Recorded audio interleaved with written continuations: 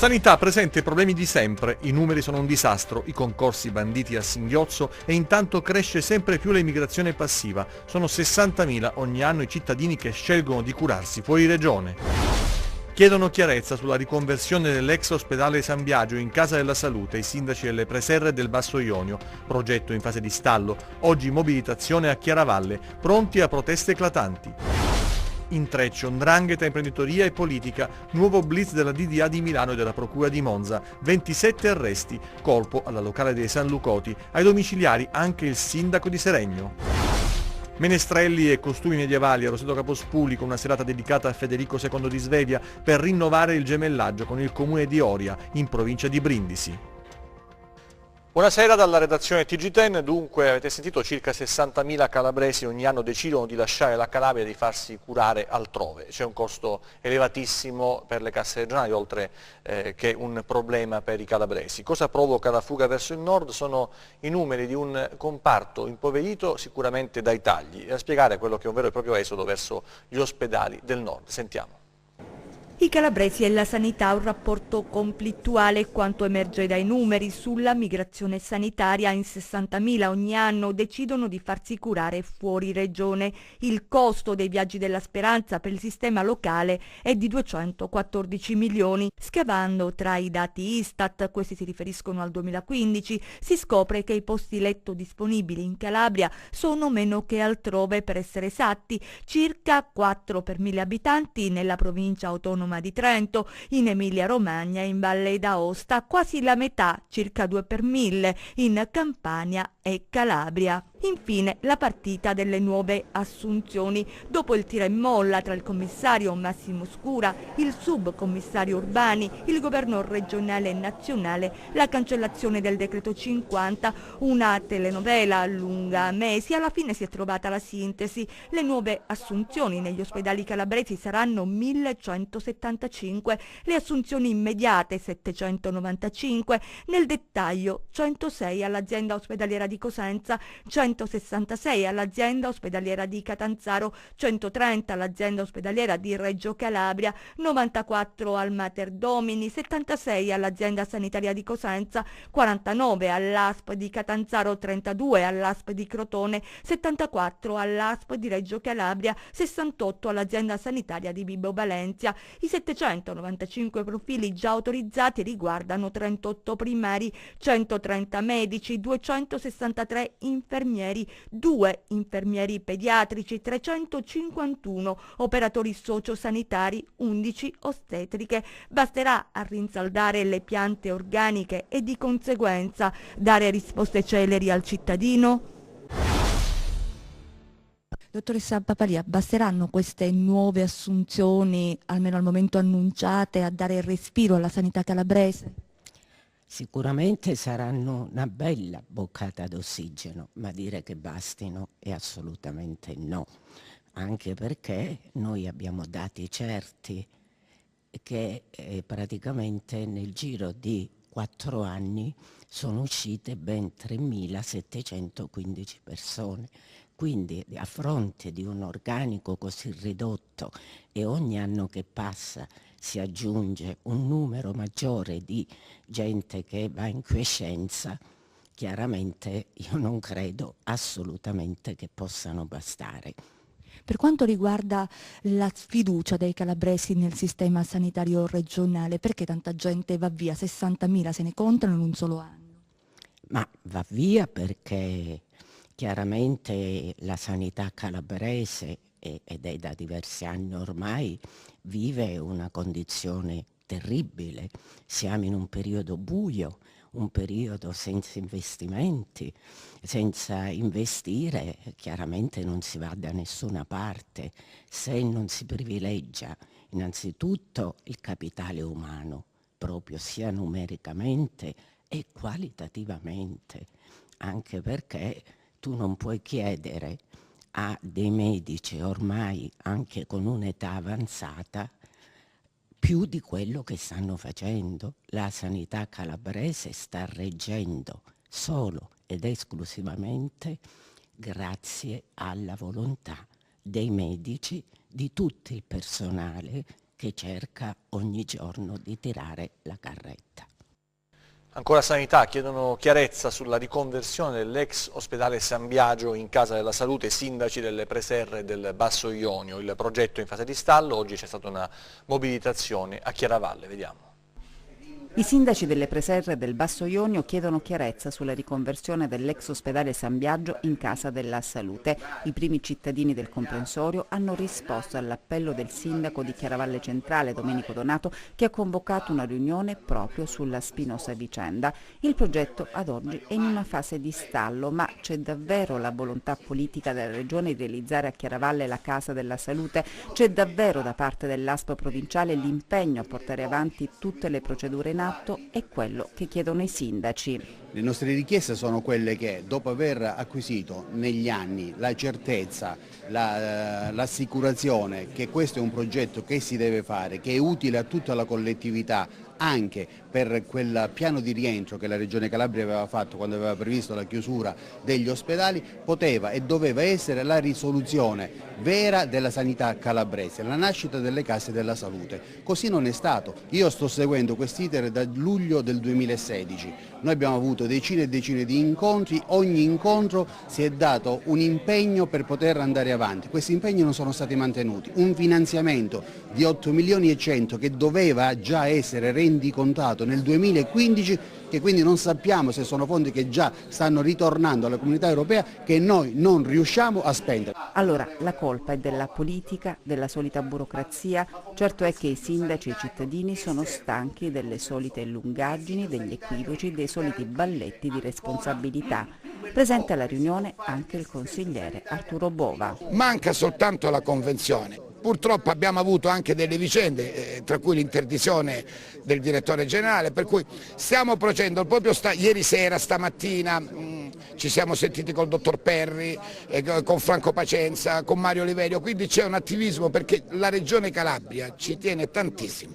Stipulata una nuova convenzione, lo studio di fattibilità, lo voglio dire, è già pronto, tra l'altro il progetto esecutivo è, si può dire, già pronto pure quello, per cui manca soltanto la convenzione che aggiorni, e adesso andremo a seguire passo per passo gli uffici amministrativi, a giorno la convenzione dovrà essere pronta, notificata, c'è subito il progetto già esecutivo pronto, per cui andremo ad appalto e l'opera si realizza. La cronaca adesso con l'intreccio 'ndrangheta, imprenditoria e politica, nuovo blitz della DDA di Milano e della Procura di Monza, colpo alla locale dei San Lucoti con 27 ordinanze cautelari. Sentiamo. Le telecamere nascoste dai carabinieri documentano gli incontri tra politici, imprenditori e uomini delle Endrine che avvenivano in Lombardia. Nel corso delle indagini avviate nel 2015, coordinate dalla Procura di Monza e dalla Procura distrettuale antimafia di Milano, gli inquirenti hanno filmato i summit, captato le conversazioni degli indagati e questa mattina all'alba è scattato il blitz per l'esecuzione di 27 misure cautelari, 21 in carcere, 3 domiciliari e 3 interdittive. Un blitz che ha portato anche al sequestro di ingenti quantitativi di droga e soldi.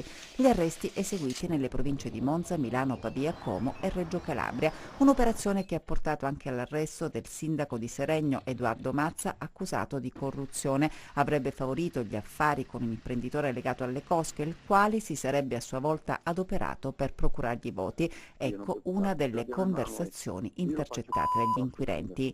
La prima pratica che doveva andare dopo la campagna elettorale era la mia. La prima. Ogni promessa è debito, no? Nell'inchiesta sono coinvolti anche altri 2 politici locali di Seregno, un consigliere comunale che è stato posto agli arresti domiciliari, mentre un assessore per il quale è stata disposta l'interdizione dei pubblici uffici. I presunti esponenti dell''ndrangheta arrestati stamani invece erano, secondo le indagini, dediti al traffico di droga e alle estorsioni. Il sodalizio era composto da soggetti prevalentemente originari di San Luca nel Regino che, secondo l'accusa, avevano avviato in provincia di Como un ingente traffico di cocaina, un gruppo ritenuto responsabile anche di alcuni episodi di violente estorsioni nella zona di Cantù. Agli atti dell'inchiesta anche le intercettazioni in cui alcuni degli arrestati nel blitz di oggi parlavano delle mire espansionistiche delle cosche in relazione ad un grosso traffico di cocaina nel Comasco. Voglio fare la cosa tipo magica, San Luca, In altre telefonate captate dagli investigatori, i presunti affiliati all''ndrangheta parlavano anche di mitra e kalashnikov. L'inchiesta rappresenta una costola dell'indagine Infinito che nel 2010, sempre coordinata dalle procure di Monza e Milano, aveva inferto un duro colpo alle locali 'ndranghetistiche in Lombardia. Ancora una volta dunque nel mirino degli inquirenti i legami tra 'ndrangheta, politica e imprenditoria. Il procuratore aggiunto della DDA di Milano, Ilda Bocassini, ha parlato di un sistema fatto di omertà e di convenienza da parte di quelli che si rivolgono all'antistato per avere benefici, un sistema confermato da 7 anni di indagini sull''ndrangheta in Lombardia. E ancora per la cronaca, le indagini sull'agguato di Sorianello, nel Vibonese, dove un 28enne è rimasto ferito per l'esplosione di un ordigno collocato all'interno della propria auto. Sentiamo.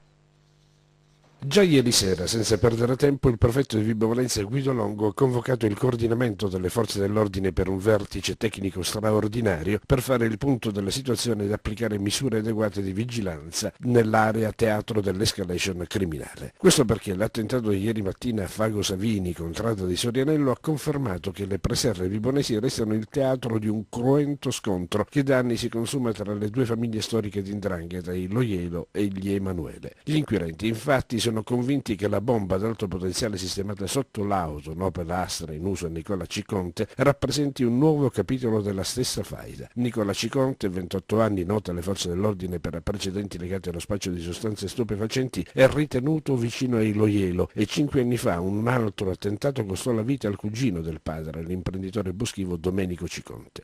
Lo scoppio è venuto in pieno giorno, intorno alle 10:30 sotto casa del giovane dove l'auto era parcheggiata. Nicola Ciconte, una volta salito in macchina ed acceso il quadro, è rimasto avvolto nella deflagrazione che avrebbe potuto avere ben più gravi conseguenze, considerato il luogo centrale, la via nazionale e l'ora. Scattato l'allarme, sopraggiunti forze dell'ordine e ambulanza, il giovane è stato trasportato in aereo soccorso all'ospedale pugliese di Catanzaro ed ancora rischia di perdere la gamba destra. L'analisi degli investigatori mette in evidenza una nuova contrapposizione oggi esistente tra le nuove leve delle due famiglie di 'ndrangheta. Ecco perché gli obiettivi degli ultimi agguati hanno riguardato prevalentemente dei giovani. Risale allo scorso giugno l'omicidio di Salvatore Inzillo, ritenuto vicino agli Emanuele, ucciso nei pressi dell'ufficio postale di Sorianello, mentre Alex Nesci, spesso insieme a Nicola Ciconte, è scampato a ben 2 agguati consumatisi ad aprile e a luglio scorsi. Ecco spiegate le preoccupazioni del prefetto Longo dopo questo attentato a Fago Savini.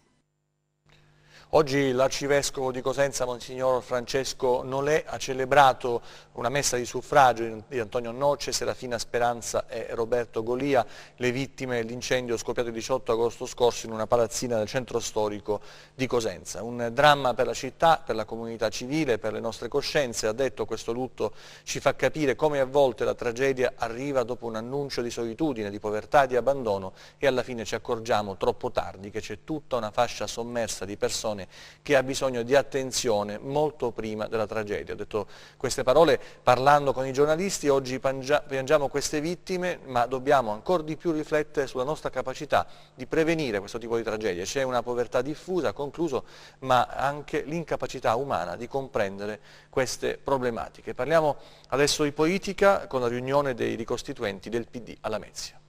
Uscire dal PD non se ne parla, l'obiettivo è un altro, cambiarlo. L'operazione è complicata per una serie di motivi. Maloiero, Principe, Naccari Callizzi, Carlo Guccione, Cesare Marini ed altri compagni ci provano. Nel mirino la conduzione del partito e quindi Magorno. Poi il governo della regione e quindi Oliverio. Si fanno chiamare i ricostituenti proprio per non essere additati come sfasciatori. È gente che dal partito ha avuto tanto, ma che adesso ha capito che così non si può andare più avanti. Indietro tutta? No, avanti tutta, che si traduce in nuove regole interne, nuove impostazioni, nuove idee di partito e soprattutto nuova politica. No, non c'è, dicono, alcuna ambizione personale, niente postazioni di visibilità rivendicate. Questo è amore per la politica e per il più grande partito della sinistra, offeso da scelte discutibili e comportamenti non in linea con un partito riformista. In sala riecheggia spesso negli interventi il nome del presidente della regione, protagonista di una stagione definita aberrante. I ricostituenti menano sulle tante deleghe in mano al governatore, cose mai viste prima, e sui risultati fin qui ottenuti dalla squadra di Oliverio, che per Guccione sono deficitari, anzi rappresentano una sconfitta su tutti i fronti. Giù a battere il ferro caldo delle difficoltà in cui si dibatte il PD, che per Sandro Principe non si è ancora dato un'anima. Parole pesanti, concetti forti, a sostegno dell'urgente necessità di girare pagina, perché, come dice ancora Guccione, non è un caso se dal 2005 il PD ha perso tutte le elezioni. Sono 3 anni che noi governiamo la regione, le amministrative del 2015, 2016, 2017 le abbiamo perse tutte. Abbiamo perso città come Lamezia, Crotone, Catanzaro e Cosenza. Da un punto di vista del governo, tutti i dati dell'Istat, dello Svimez ci dicono che la Calabria è indietro. Non abbiamo fatto passi in avanti, anzi abbiamo fatto qualche passo indietro rispetto a 3 anni fa. Non si intravede la possibilità che la Calabria possa agganciare la ripresa. Quindi noi che governiamo da molto tempo dobbiamo capire come se ne esce da questa situazione. Torniamo adesso alla cronaca con altre storie, altri fatti nei nostri 100 secondi, vediamo. Incidente stradale questa mattina sulla 2 del Mediterraneo all'interno della galleria Serra Spiga di Cosenza in direzione nord, dove un'auto si è ribaltata. Illeso il conducente, un colpo di sonno, secondo quanto si è appreso, avrebbe causato l'incidente. Disagi al traffico, sul posto polizia stradale, operatori dell'ANAS, ambulanze del 118. I carabinieri forestali di Corigliano e Rossano hanno sequestrato un'area del torrente Cino al confine tra i comuni di Corigliano e Rossano, sulla quale era stata realizzata abusivamente una discarica di rifiuti. Dai controlli è emerso che il materiale conferito nell'alveo del torrente Cino non era solo sottoprodotto, e cioè terra e rocce da scavo, ma si trattava di rifiuti veri e propri. L'indagine coordinata dalla Procura della Repubblica di Castrovillari ha portato anche alla denuncia di 8 persone, tra cui titolari di imprese e il direttore dei lavori. È stato arrestato dagli agenti della squadra volante un 37enne di Crotone con l'accusa di lesioni e resistenza a pubblico ufficiale e maltrattamenti in famiglia. A chiedere l'intervento della polizia sarebbero stati i figli dell'uomo, una ragazza di 14 anni e il fratellino più piccolo. Il 37enne si è scagliato contro gli agenti aggredendoli con calci e pugni. L'uomo, in stato di ebbrezza e in possesso di un coltello a serramanico, è stato posto agli arresti domiciliari nell'abitazione dei genitori. Notizia di pubblica utilità: a causa del trasferimento dei dati dal vecchio al nuovo sistema, al centro dell'impiego di Cosenza non potranno essere rilasciati certificati all'utenza fino al 5 ottobre. Il Tribunale di Libertà di Catanzaro ha annullato l'ordinanza con la quale nello scorso mese di giugno il GIP del Tribunale di Lamezia Terme aveva disposto il sequestro preventivo di 289.000 euro nei confronti di Alberto Statti, imprenditore agricolo e residente di Confagricoltura Calabria. Lo hanno reso noto con un comunicato i difensori di Statti, gli avvocati Stagliano e Giampà. Gli stessi legali hanno riferito che il GIP ha annullato anche l'interdizione che era stata disposta nei confronti di Statti. Andiamo adesso a Roma, perché si è parlato di una possibilità di sviluppo per le amministrazioni comunali, il protocollo d'intesa sottoscritto alla fine del 2016 tra Invimit, Bifutura e l'Istituto per il Credito Sportivo, che hanno siglato un accordo per la promozione di operazioni di valorizzazione di stadi e impianti sportivi di proprietà pubblica attraverso lo strumento del fondo immobiliare. Ve ne parliamo perché se ne è discusso questa mattina insieme al sindaco di Cosenza Mario Occhiuto e al rappresentante della società sportiva Cosenza Calcio, l'ingegnere Luca Giordano, che non hanno voluto mancare al seminario. Al sindaco Mario Occhiuto, che è delegato ANCI all'urbanistica e ai lavori pubblici, è toccato l'intervento introduttivo entrando nel vivo dell'incontro. Presento oggi, ha detto il sindaco, in questa sede l'esperienza della città di Cosenza, che offre l'opportunità di adeguare i nostri vecchi impianti sportivi, gli impianti nella fattispecie che sorgono in alcuni contesti anche periferici. Si tratta di offrire una possibilità per trasformare gli impianti e renderli più agevoli dal punto di vista sportivo, ma soprattutto offrire ai sindaci l'opportunità di rigenerare parte del territorio. Implementiamo, ha detto Occhiuto, le attività sportive in funzione del valore che lo sport ha sul benessere dei cittadini. L'idea condivisa nella prospettiva del capoluogo Bruzio, dello studio di fattibilità ancora in corso di Bifutura, riguarda la realizzazione di una città dello sport con opere di ingegneria naturalistica. Lo stadio adeguato in termini di sicurezza, avete visto prima il grafico, così come tanti altri stadi, verrà ridotto a 16.000 posti come struttura in cui inizialmente saranno realizzate 11.000 poltrone con step successivi già previsti di ampliamento nel caso in cui il Cosenza Calcio salga di categoria, ha precisato concludendo il sindaco di Cosenza. Parliamo adesso invece della Confesercenti Calabrese che ha promosso il Franchising Day. Vediamo. Vuoi diventare imprenditore? L'invito campeggia in bella vista nella sede cosentina della Confesercenti, sempre più vicina ai suoi affiliati, ed è la stessa Confesercenti che suggerisce una possibile strada con il Franchising Day, che dà l'opportunità di un incontro vero tra marchi ed imprese locali. In un momento in cui c'è la crisi della rappresentanza a tutti i livelli, il sistema delle imprese, il sistema della rappresentanza deve offrire qualcosa in più rispetto alla semplice e mera protesta o contestazione che dir si voglia.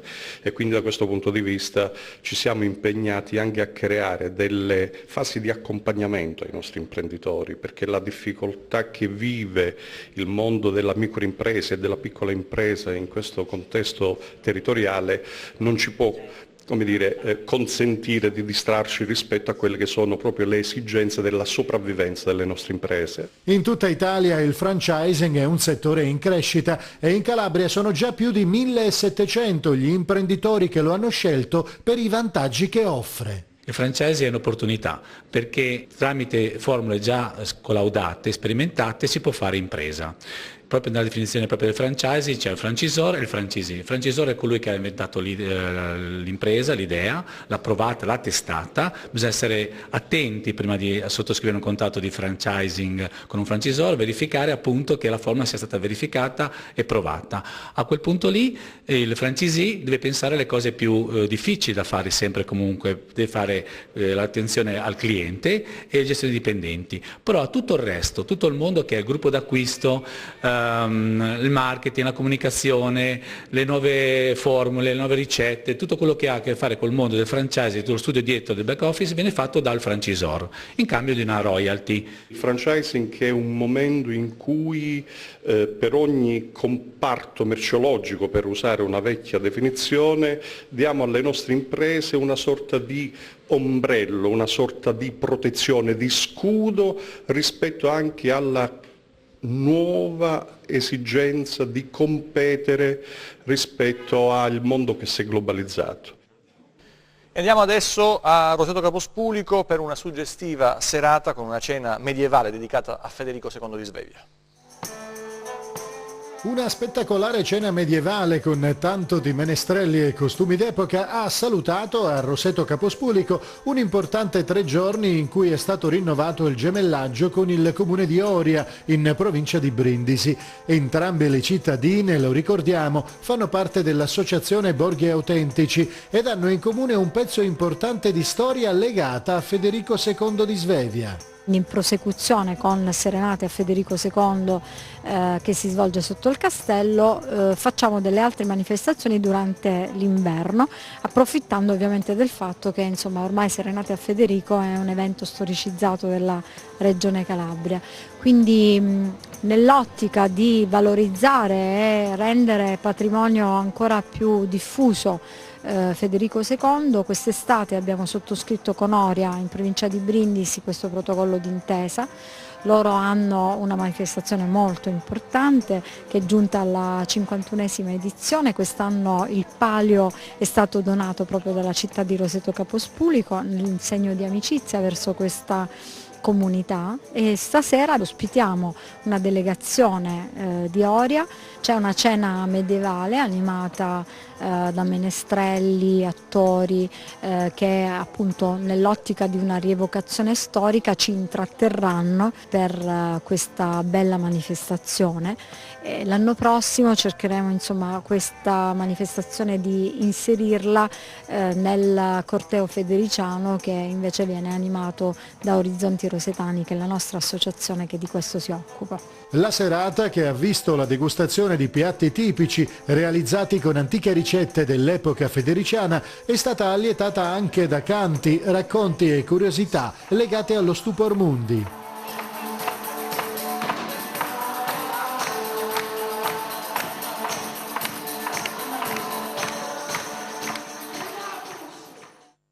E adesso il meteo per le prossime ore, vediamo.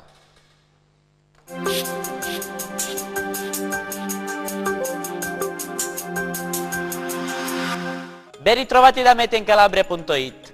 Persistono condizioni di variabilità, sempre a causa della presenza in quota di correnti fresche instabili. Diamo quindi uno sguardo alle mappe per le prossime ore. Domani nuvolosità diffusa, associata a precipitazioni, che sui versanti ionici potranno assumere anche carattere temporalesco. Temperature in lieve calo. Vediamo ora invece il comportamento di mari e venti. Domani mari calmi, con venti deboli a regime di brezza. Per ulteriori approfondimenti vi invito a consultare il nostro sito internet www.meteoincalabria.it. Il meteo è giunto al termine, grazie per la cortese attenzione, appuntamento a domani. TG che finisce qui, ci vediamo nelle prossime edizioni, grazie per averci seguito, arrivederci, buona serata.